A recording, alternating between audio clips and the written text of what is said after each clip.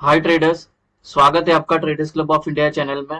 Hope आप सब लोग ठीक है। तो स्टार्ट करते हैं बैंक निफ्टी का मार्केट एनालिसिस कल के लिए। कल है 23 अप्रैल। कल का हम pivot, non trading zone, neutral point, support and resistance, price action and OI data discuss करेंगे और कल का सेटअप बनाएंगे। और जहाँ पे ट्रेडिंग अपॉर्चुनिटी मिलती है वो लेवल सारे मार्क करते हैं और वैसे अकॉर्डिंगली ट्रेड करेंगे। गाइस, बैंक निफ्टी की बात करें तो 350 पॉइंट की तेजी दिखाई। हालांकि ये गैप अप ओपन होगी ऑलमोस्ट 250 पॉइंट, उसके बाद गिरी। फिर बाद में प्रीवियस डे हाई के यहाँ से इसने बाउंस लेके फिर रिकवरी दिखाई और 350 पॉइंट में हमें क्लोजिंग दिखाई। ग्लोबल मार्केट भी अच्छा खासा ग्रीन में क्लोज हुआ था और हमारी मार्केट भी अच्छा खासा ग्रीन में क्लोज हो गई है। ठीक है, हालांकि इंट्राडे में थोड़ा सा वीक चल रहा है अभी, लेकिन हमारा प्राइमरी जो ट्रेंड है अभी भी अप ट्रेंड है, इंटैक्ट है, कोई वीकनेस नहीं है। ठीक है, चलते थोड़ा प्राइस एक्शन डिस्कस करते हैं। कोई अगर प्राइस एक्शन बेस्ड ट्रेड करना चाहता है तो ये हमारा ये जोन है, इसमें खाली एसएल काटने का काम करेगी। अगर कल मार्केट ये जोन ब्रेक करती है और उसको सस्टेन कर लेती है 15 मिनट के ऊपर, ये जोन है पूरा 48,000 का है। 48,000 से 48,100 का, इसके ऊपर अगर सस्टेन कर लेते हैं तो हमें 48,500 के आसपास के ऊपर का एक टारगेट मिल सकता है। अगर इसके अंदर ही रहा तो एसएल काटेगी। अगर यहाँ से ये ब्रेक नीचे आती है तो ये नीचे का टारगेट हमें मिल सकता है 47,600। अगर इसको भी ब्रेक कर 47 के साइड में 47,300 का एक टारगेट मिल सकता है। अभी हम हमारे इंटरडे टाइम फ्रेम पे आ गए हैं।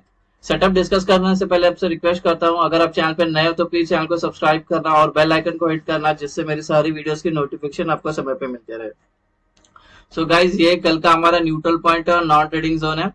और ये जो न्यूट्रल पॉइंट आया है वो असेंडिंग नैरो रेंज है। और जब भी असेंडिंग नैरो रेंज आता है हमें एक ट्रेंडिंग डे देखने मिल सकता है। और ये पूरे जोन की जो वैल्यू है नॉन ट्रेडिंग जोन की वो है 47,844 से लेकर 47,953। अभी रेजिस्टेंस लेवल डिस्कस करेंगे। 5 रेजिस्टेंस है कल के लिए। ये रेजिस्टेंस 1, इसके अंदर इंक्लूडेड है प्रीवियस डे हाई। ये नॉन ट्रेडिंग जोन एरिया है और ये नॉन ट्रेडिंग जोन एरिया की जो वैल्यू होगी वो है 48,091 से लेकर 48,162। Resistance 2, non trading zone. ये नॉन ट्रेडिंग जोन की जो वैल्यू होगी वो है 48,330 से लेकर 48,401। Resistance 3, non trading zone. ये नॉन ट्रेडिंग जोन की जो वैल्यू होगी वो है 48,577 से लेकर 48,648। Resistance 4, non trading zone. ये नॉन ट्रेडिंग जोन की जो वैल्यू होगी वो है 48,803 से लेकर 48,883। Resistance 5, non trading zone. ये नॉन ट्रेडिंग जोन की जो वैल्यू होगी वो है 49,013 से लेकर 49,084। अभी सपोर्ट लेवल डिस्कस करेंगे। यह है सपोर्ट 1, इसके अंदर इंक्लूडेड है प्रीवियस डे लो। ये नॉन ट्रेडिंग जोन एरिया होगा और ये नॉन ट्रेडिंग जोन एरिया की जो वैल्यू होगी वो है 47,597 से लेकर 47,676। Support 2, non trading zone. ये नॉन ट्रेडिंग जोन की जो वैल्यू होगी वो है 47,370 से लेकर 47,446। Support 3, non trading zone. ये नॉन ट्रेडिंग जोन की जो वैल्यू होगी वो है 47,135 से लेकर 47,211। Support 4, non trading zone. ये नॉन ट्रेडिंग जोन की जो वैल्यू होगी वो है 46,900 से लेकर 46,976। Support 5, non trading zone. ये नॉन ट्रेडिंग जोन की जो वैल्यू होगी वो है 46,662 से लेकर 46,738। गाइज, हमारा सपोर्ट, रेजिस्टेंस और न्यूट्रल पॉइंट के रेंज डिस्कस हो गए। कोई रेंज अगर आपको समझ में नहीं आई हो तो वीडियो को पॉज करके वो रेंज आपके चार्ट पे प्लॉट करके लेना। अभी हम एंट्री और एग्जिट मार्क करते हैं उससे पहले रिक्वेस्ट करता हूँ कि आप वीडियो को पूरा देखना, बीच में स्किप मत करना, नहीं तो आपको नुकसान हो सकता है। वैसे हम कोई सेबी रजिस्टर नहीं है, ये एजुकेशन पर्पज के लिए वीडियो है। ठीक है, तो इसको एजुकेशन पर्पज के हिसाब से देखना। पहले इसको बैक टेस्ट करना, 100 ट्रेड 150 ट्रेड लाइव टेस्ट करना और बैक टेस्ट 150 टेस्ट करना। ठीक है, टोटल 300 ट्रेड हो जाएंगे। कम से कम 300 आपको बैक टेस्ट करना होगा। अगर आपको बैक टेस्ट करने के लिए वक्त नहीं मिलता है तो मैं पूरे वीक का जितना भी वीडियोस जो सेटअप डिस्कस करता हूँ उसकी पूरी एक्यूरेसी एक साथ में डिटेल में वीडियो बनाता हूँ उसको, और सैटरडे को मैं अपलोड कर देता हूँ। तो वो आप जाके देख सकते हो। अगर आपको वक्त नहीं मिलता, आप जॉब जाते हो या बिजनेस करते हो, तो आपको आने के बाद वो वीडियो आराम से आप देख सकते हो इस सेटअप का एक्यूरेसी।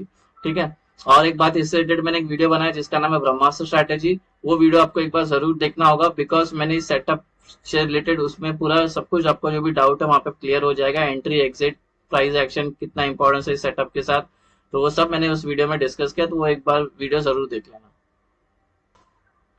ट्रेडर्स, ये कल की हमारी एंट्री और एग्जिट होगी। जब नॉन ट्रेडिंग जोन मार्क हो जाएगा तो उसके अपर साइड में ग्रीन एरोज मार्क करना, उसके लोअर साइड के रेंज के रेड एरोज मार्क करना, जिससे आपको एंट्री और एग्जिट पहचानने में आसानी होगी। ग्रीन का मतलब हमें बाय करना है, लॉन्ग होना है, रेड का मतलब हमें सेल करना है, शॉर्ट करना है। यहाँ तक सिंपल है।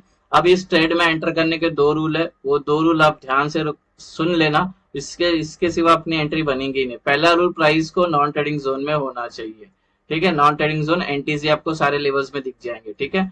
नॉन ट्रेडिंग जोन में अगर प्राइस है तो उसको वहां पे 15 मिनट के ऊपर या 15 मिनट के ऊपर कितने घंटे भी सस्टेन करता है, उसके बाद नॉन ट्रेडिंग जोन सस्टेन करने के बाद 15 मिनट के ऊपर उसके वो जिस साइड का ब्रेकआउट करता है उस साइड का हमारा ट्रेड बनेगा।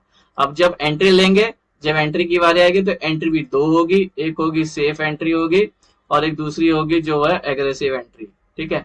तो ये सेफ और एग्रेसिव एंट्री के लिए मैं थोड़ा आगे जाके बताता हूँ। फिलहाल अभी हम डिस्कस करेंगे फ्लैट ओपन का। अगर प्राइस यहीं पे ओपन होती है तो उसको फ्लैट ओपन बोलते हैं, ठीक है। तो हमारा ट्रेड बनेगा नहीं ऑफकोर्स, क्योंकि हमारा दोनों रूट क्या, प्राइस को पहले नॉन ट्रेडिंग जोन में होना चाहिए और नॉन ट्रेडिंग जोन में होने के बाद ये 15 मिनट या 15 मिनट के ऊपर कितने घंटे भी सस्टेन करके ऊपर का ब्रेकआउट आता है तो ऊपर का ट्रेड लेंगे, नीचे का ब्रेकडाउन आया तो नीचे का ट्रेड लेंगे। सेम यहीं पे यहाँ ओपन होने के बाद दोनों रूल मेट होते हैं और ऊपर का ब्रेकआउट है तो ऊपर का ट्रेड लेंगे, नीचे का ब्रेकडाउन आया तो नीचे का ट्रेड। अभी डिस्कस करते हैं गैप अप। अभी प्राइस यहाँ पे है, अगर कल यहाँ पे ओपन होती है गैप अप तो ये टेक्निकली नॉन ट्रेडिंग जोन में हो जाएगी। तो रूल नंबर 1 तो ऐसे मेट हो गया। रूल नंबर 2 है प्राइस को यहाँ पे सस्टेन करनी चाहिए 15 मिनट या 15 मिनट के ऊपर कितने घंटे भी, उसके बाद ऊपर का ब्रेकआउट है तो ऊपर का ट्रेड, नीचे का ब्रेकडाउन आया तो नीचे का ट्रेड। अगर ये सपोज गैप अप होती है और यहाँ पे कंसोलिडेट नहीं कर पाती है, गैप अप होने के बाद तुरंत गिरना स्टार्ट करती है या और ऊपर जाती है बिना यहाँ पे रुके हुए, तो ट्रेड हमारा बनेगा नहीं जब तक प्राइस सस्टेन नहीं करती 15 मिनट नॉन ट्रेडिंग जोन में।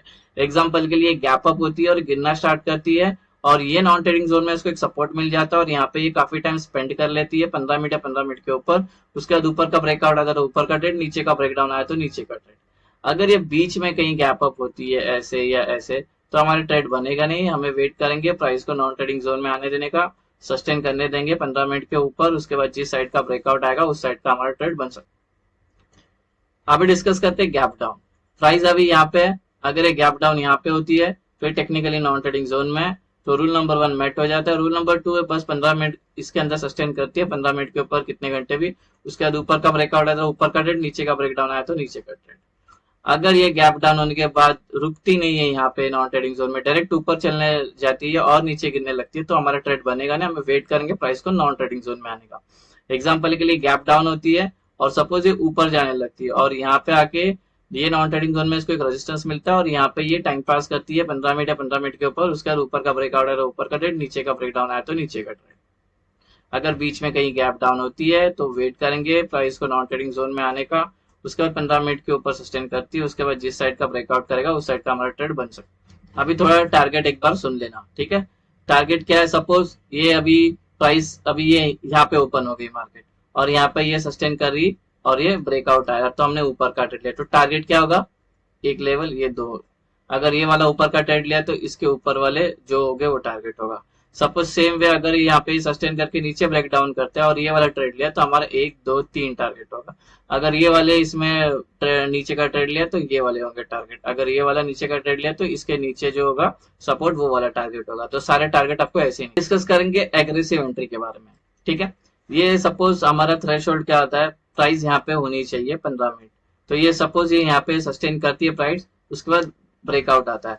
तो पहला जो डिस्कस कर रहे हैं एग्रेसिव का, ठीक है, एग्रेसिव एंट्री। तो ये ब्रेकआउट आएगा तो ये कैंडल को छोड़ के नेक्स्ट कैंडल जो बननी चाहिए वो ग्रीन बननी चाहिए, साइज कोई भी चलेगी, बस उसको टच नहीं होना चाहिए, विग भी टच नहीं होना चाहिए, इसको समझ में आ रहा है।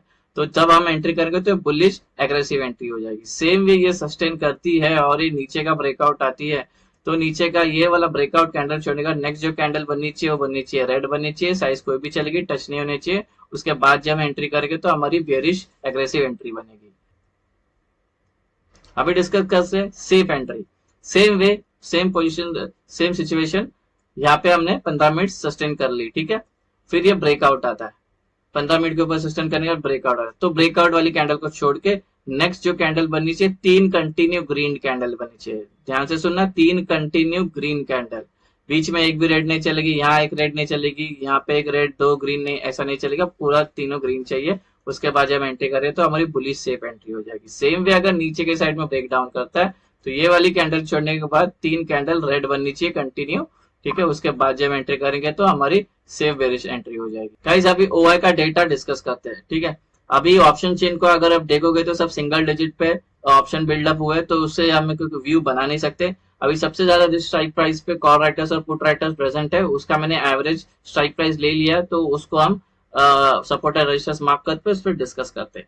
एग्जांपल के लिए सपोज हम अप ट्रेंड में चल रहे हैं, तो ऑफकोर्स ऊपर जो हमें एक रेजिस्टेंस देखने मिलेगा वो है 48,500 का लेवल, हमें एक रेजिस्टेंस फेस करने मिलेगा। इसको लग के प्राइस नीचे आ सकती है, ट्रेंड चेंज हो सकता है, बिकॉज यहाँ पे जो कॉल राइटर्स है सी वाले लोग, उसके जो ओपन इंटरेस्ट है वो सबसे ज्यादा इस स्ट्राइक प्राइस पे प्रेजेंट है। यहाँ पे सेलर बैठे हुए हैं, इसको लग के प्राइस नीचे आएगी, ट्रेंड चेंज होगी, ठीक है। तो अगर ये ब्रेकआउट आता है, तो अभी मैंने बताया एग्रेसिव एंट्री और सेफ एंट्री क्या होता है, ठीक है। तो इसके लिए आप सेफ एंट्री जाना, क्योंकि तुरंत ऊपर रेजिस्टेंस होगा, इसको लग के अंदर जाएगा। एग्रेसिव एंट्री के लिए जाओगे तो यहाँ पे अपना प्रॉफिट बुक कर लेना, क्योंकि ये वापस घूम के आ सकती है। सेफ एंट्री के लिए जाओगे तो अच्छा होगा, 3 ग्रीन कैंडल बनने के बाद एंट्री करोगे तो ये ब्रेकआउट करने का ज्यादा चांसेस होगा। सेम वे अगर डाउन ट्रेंड में चल रहे तो नीचे हमें एक सपोर्ट देखने मिलेगा, वो है 47,500 का, ठीक है। इसको लग के प्राइस ऊपर जा सकती है, ट्रेंड चेंज हो सकता है, बिकॉज जो पुट राइटर्स है उसके ओपन इंटरेस्ट सबसे ज्यादा यहाँ पे प्रेजेंट है, ठीक है। यहाँ पे बायर्स बैठे होंगे, बायर्स एक्टिवेट हो जाएंगे और प्राइस को ऊपर लेके जाएंगे। तो आप अगर इस ट्रेड में एंट्री करते हो तो सेफ एंट्री करोगे तो अच्छा होगा, एग्रेसिव एंट्री करोगे तो यहाँ पे अपना प्रॉफिट बुक करना, बड़ी कैंडल से ब्रेकआउट आता है उसके पीछे एसएल करते चले जाना, ठीक है। अब क्या बचा हमारा लास्ट में put call ratio. Put call ratio guys 1 पे हो गया। 1 जो इंडिकेट करता है वो इंडिकेट करता है साइडवेज को, ठीक है। तो साइडवेज है अभी पुट कॉल रेशियो, ठीक है। तो हमें अच्छा खासा मूव कब देखने मिलेगी, अगर ये सस्टेन कर लेती है इसके ऊपर तभी, ठीक है। एनीवे हमें तो सेटअप वाइज ट्रेड करना है। सो गाइस ये बन गया हमारा कल का इंटरडे सेटअप। होप आपको सेटअप पसंद आया तो वीडियो को लाइक शेयर सब्सक्राइब जरूर करना। Thank you very much for watching.